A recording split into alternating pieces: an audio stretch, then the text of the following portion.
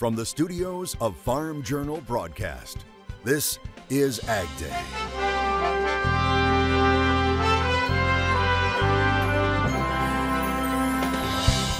Crafted with care.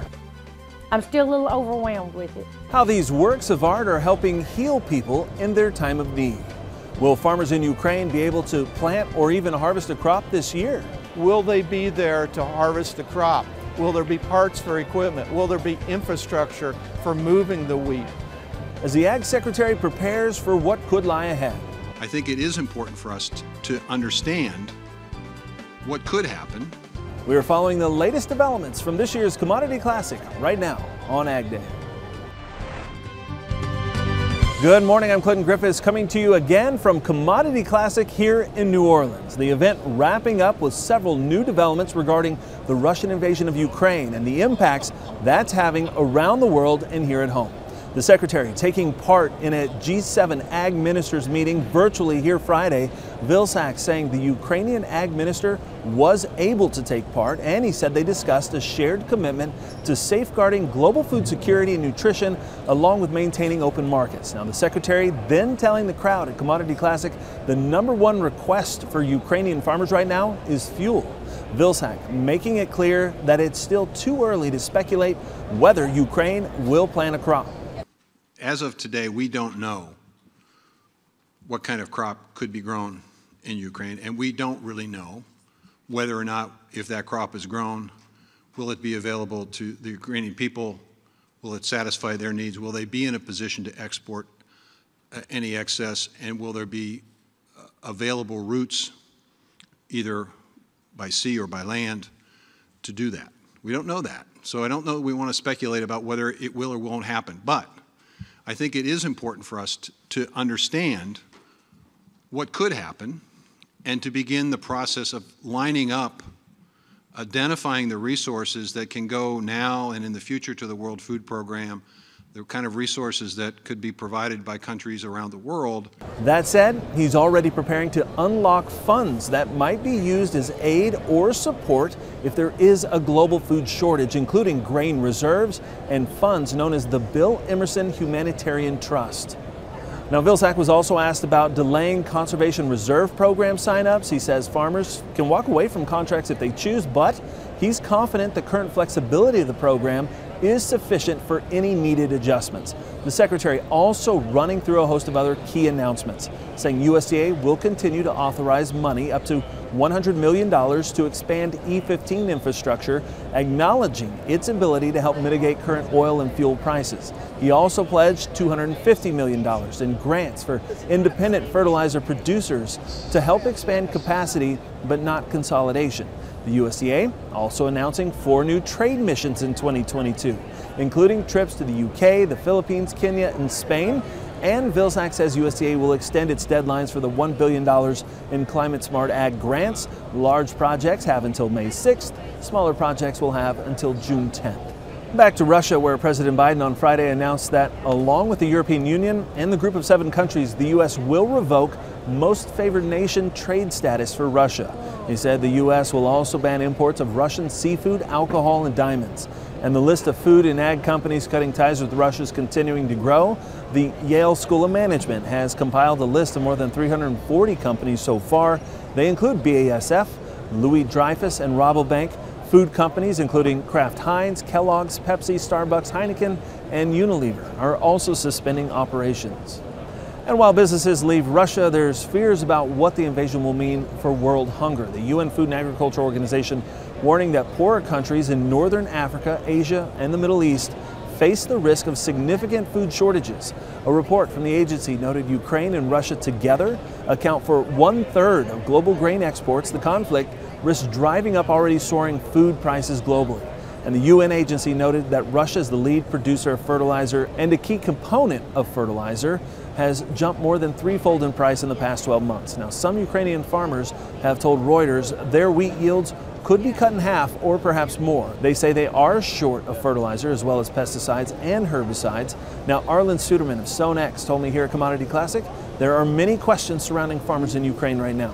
The winter wheat crop is planted in the northern hemisphere.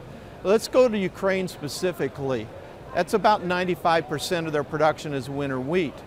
It needs to be top dressed with fertilizer this year. When the war started, about 50% of the fertilizer was in position.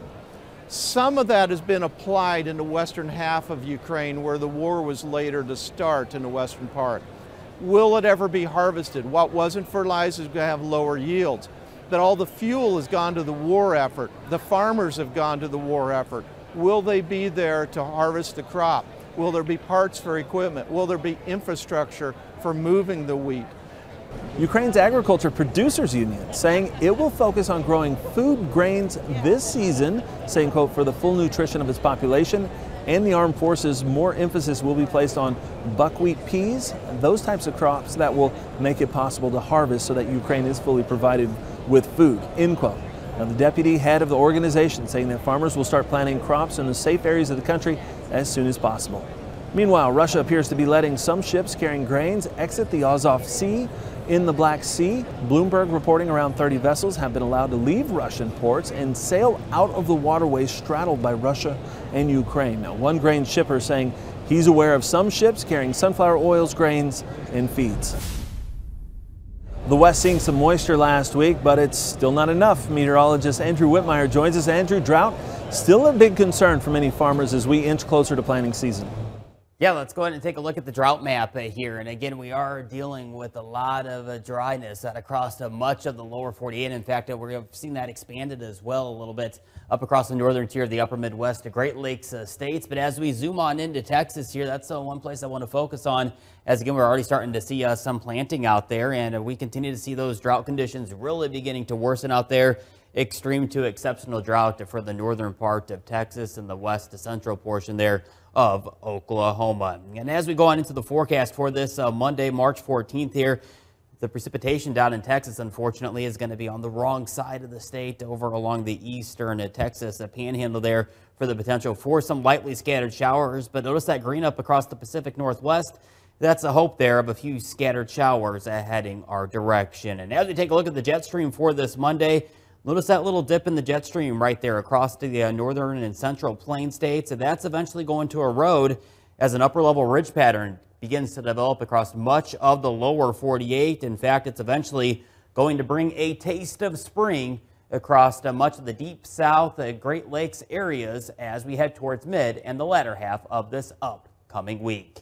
And check out this video from Krista Simmons of Oklahoma. She said she just wanted to share a few seconds of calf cuteness, and it surely is cute. I'll have more in your Ag Day forecast coming up. With so much to consider this year ahead of planting, how is the acreage war heating up? We get Matt Bennett's thoughts on what he's seeing coming up. And later, quilting with kindness, how these pieces of art are going to people in need in the country. And get online and check this out right now. You have until noon this Thursday to fill out your bracket in the 2022 Bracket Busters Challenge presented by Case IH. First place receives $1,000. Somebody's going to win. Should it be you? To get your bracket and read the rules, head over to agweb.com/bracketbusters. Find farm equipment on Machinery Pete's March 22nd online auction. No reserve, no buyer fees. Start bidding now at auctions.machinerypete.com.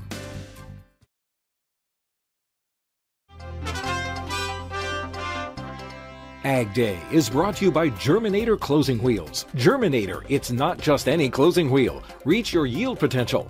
Pre-order by March 31st with coupon code AgDay for $2 shipping per wheel. Hey, we caught up with Matt Bennett, agmarket.net here at Commodity Classic. Matt, as we talk about kind of USDA's report came out this week, but what's next? What's the next focus we really need to be kind of drilling down in on?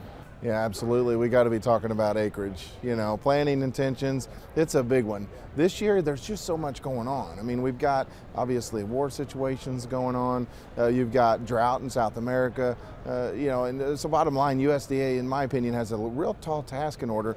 We picked up 2 million acres of wheat this year that we already know about. Cotton's trading over $100 out to December, been triple digits for most of the last several months. So there's no question that the acreage war is strong.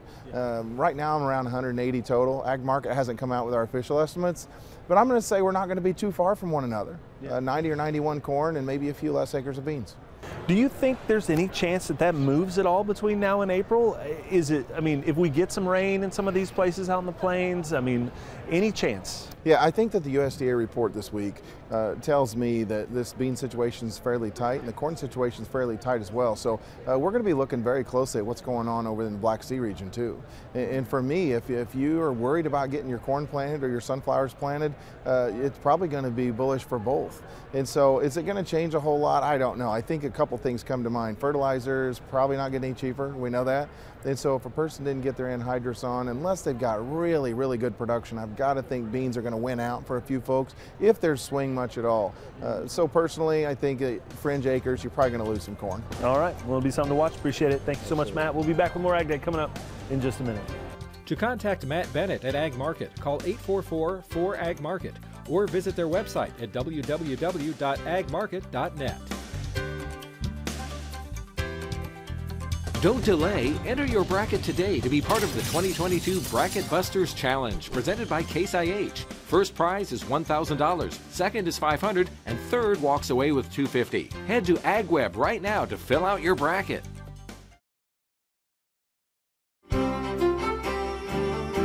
Ag Day weather is brought to you by Zoetis. Even though calves don't wait for perfect weather to arrive, you can count on Zoetis to be there. Share a picture of your newest calf and you could win a calving season survival kit. Enter now at calvingseason.com.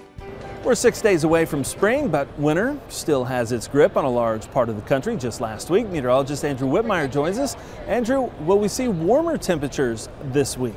Yeah, as we take a look at the root zone map here, really not good news with that warmer air coming into play here, as that means any of that snowpack across the Intermountain West really is not going to strengthen much at all here. And that's where, again, we really need to see some of that heavier snowpack really trying to develop, but that's just not going to be the case as we head towards this week, as an upper level ridge is really going to continue to build in across much of the lower 48. And you see that upper level pattern there kind of building right there across the central and northern plains. And this is going to allow, again, that heat to kind of build up in here. And it's going to work its way eastward as well across the Great Lakes, northeastern coastline as well. We really don't see any really big dips into this jet stream until we get towards this weekend, and still not significant enough, maybe bringing in a few scattered showers to parts of the Great Lakes, Mississippi, Tennessee, Ohio, River Valley areas. That's about it for the jet stream across the lower 48, but across the Pacific Northwest, there will be enough dip there, a deep trough that could try to develop, which could spawn at least a chance for some moderate to heavier chances for some precipitation across the Pacific Northwest, which again is some good news for the drought-stricken areas. We'll have to watch out for some flooding issues and some mudslide concerns as well. Temperatures this week, though, across much of the country, again, thanks to that upper level ridge really building on in here. We're going to see those temperatures well above average here, and that's going to be the case for some of the precipitation as well, especially across the Pacific Northwest here, where again we could be looking at some heavier pockets of scattered showers. Below average precipitation, though, for the southern Four Corners areas, though, as well as the northern plains upper portions of the Midwest. And as we take a look at the temperatures for next week, it's once again going to be above average as well here. Slight chance of some below normal temperatures, though, across the Pacific Northwest. And looking at the precipitation trend, it does follow where you see those warmer temperatures, likely very little in the way of moisture. And where you do see that moisture chances increasing is across the Great Lakes, middle of the country. Let's take a look at cities closer to home. Jasper, Indiana, mostly cloudy and mild. High temperature today, 60 degrees. Going on over to Park Falls, Wisconsin, some scattered snow showers, 35 degrees, 54 Hillsboro, Oregon. Coming up, lots of people stopping to chat with Machinery Pete here at Commodity Classic about the higher prices in the used equipment market. And that includes popular 7220s. He'll have more on the latest price trends next. Ag Day is brought to you by Firestone Ag. Harvey Firestone invented the first pneumatic farm tire, forever changing what it means to farm hard. Visit firestoneag.com to learn more about this history and tire solutions for today.